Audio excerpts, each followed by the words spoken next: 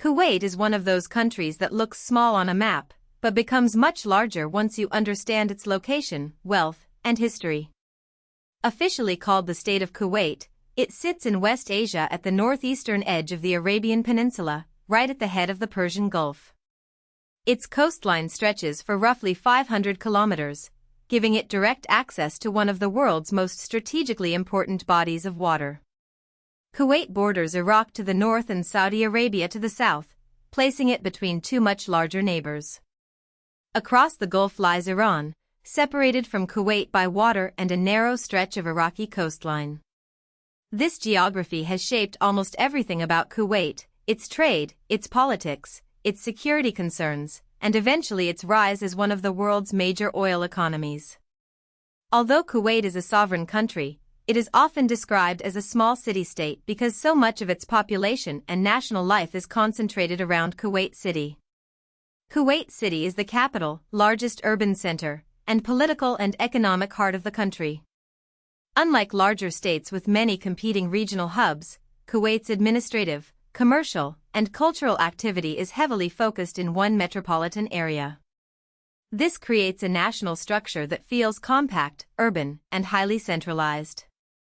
The country's desert geography reinforces that pattern. Settlements outside the urban agglomeration exist, but the major population center remains the coastal capital region.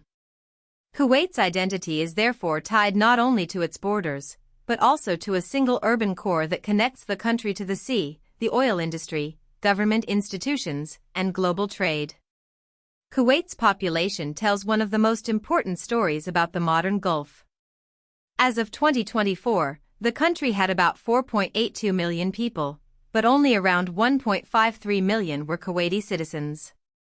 The remaining 3.29 million were foreign nationals from more than 100 countries. That means citizens made up fewer than 30% of the total population. In 2024, Kuwait had one of the world's highest shares of foreign nationals relative to its population, ranking 7th globally by that measure. This demographic structure reflects the labor model common in Gulf economies, where large numbers of migrant workers support construction, services, domestic work, professional sectors, and the oil-linked economy. It also creates a society where citizenship, welfare benefits, labor rights, and national identity are central political and social questions. Long before modern borders and oil wealth, Kuwait's territory mattered because of its location near the mouth of the Tigris and Euphrates rivers.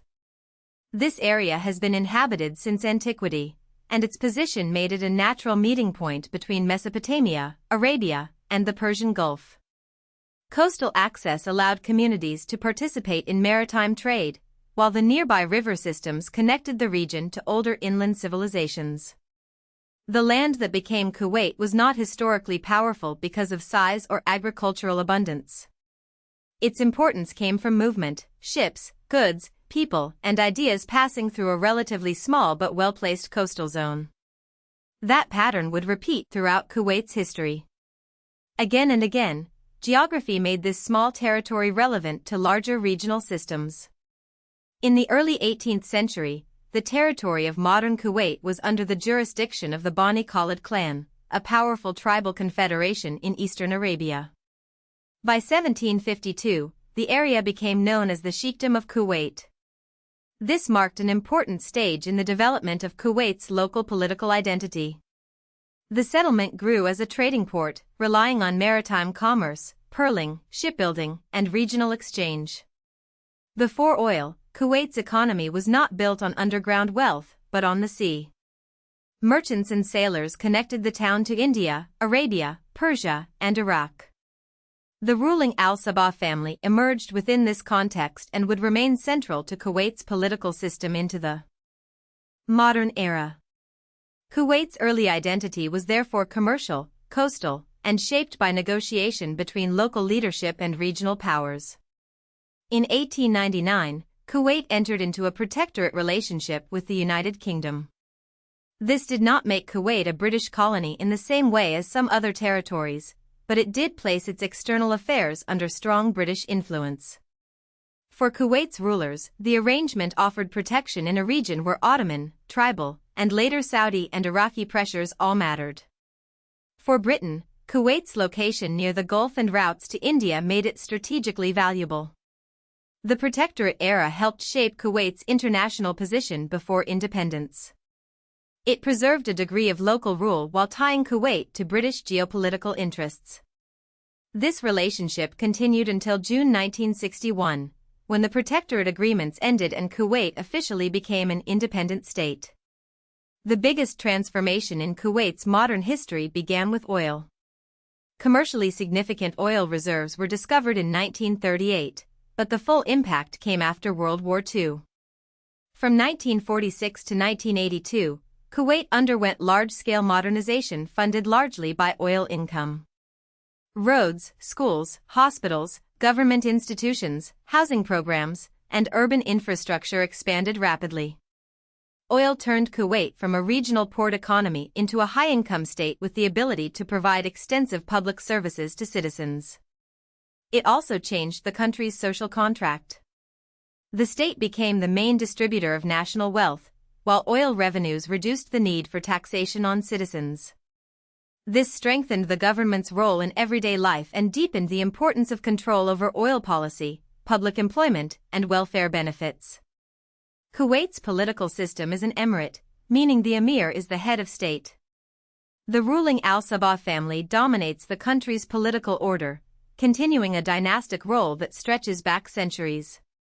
Kuwait is also known for having a more active parliamentary tradition than many of its Gulf neighbors, though real power remains concentrated around the ruling family and the executive.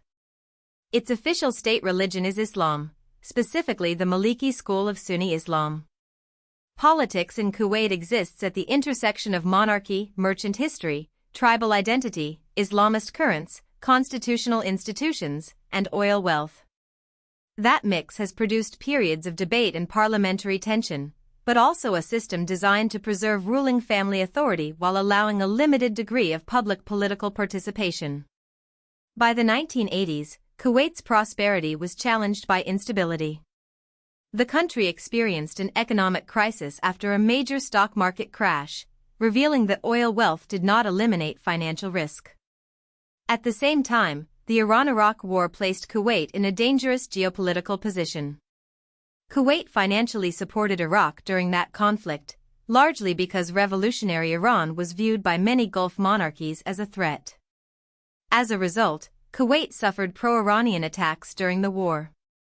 The country's location again made it vulnerable, close enough to regional conflict to be affected directly, but small enough to depend heavily on international partnerships and collective security.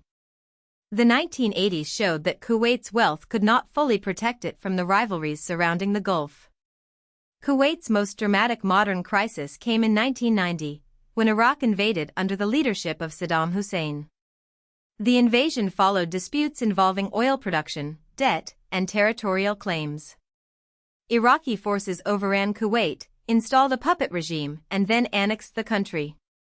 For Kuwait, this was an existential threat. An independent state was temporarily erased by a larger neighbor. The occupation shocked the region and the world because it challenged the post-independence borders of the Gulf. Kuwait's small size, oil wealth, and strategic location made the crisis global. The question was not only whether Kuwait would survive, but whether military conquest could redraw the political map of the Middle East. The occupation ended on February 26, 1991, after a U.S.-led international coalition expelled Iraqi forces during the Gulf War. Liberation restored Kuwait's sovereignty, but the experience left a deep mark on national memory and security policy. It reinforced Kuwait's dependence on international alliances and made defense a central concern. The war also demonstrated how closely global energy security was tied to Gulf stability. Kuwait was not a large country, but its occupation threatened oil markets, regional balances, and the credibility of international order after the Cold War. Since then, Kuwait has remained careful in foreign policy, maintaining relationships with Western powers, participating in regional organizations, and balancing the pressures of living next to larger and sometimes unstable neighbors. Today, Kuwait is a high-income economy backed by the world's sixth-largest oil reserves. Oil still underpins government revenue, exports, and the welfare system, even as the country faces the long-term challenge of diversification. Kuwait is a founding member of the Gulf Cooperation Council, and it also belongs to the United Nations, OPEC, the Arab League, and the Organization of Islamic Cooperation. These memberships reflect its layered identity: Gulf state, Arab state, Muslim-majority country, oil exporter, and internationally recognized sovereign actor. Kuwait's currency adds another symbol of its wealth. As of February 2026, the Kuwaiti dinar was the world's most valuable currency, with one dinar worth about $3.25. Kuwait's story is ultimately a study in scale versus significance. It is geographically small, demographically unusual, and heavily urbanized around its capital. Yet its coastline, oil reserves, currency, and strategic location give it influence far beyond its physical size. Its history moves from ancient trade routes to a maritime sheikdom, from British protection to independence, from oil-driven modernization to invasion and liberation. Like many Gulf states, Kuwait faces major questions about the future: how to manage oil dependence, how to balance citizen benefits with a migrant-majority workforce, and how to preserve security in a volatile region. But the core lesson remains clear: in the Persian Gulf, geography and resources can make even a small state globally important. If you found this helpful, please like this video and subscribe for more explainers.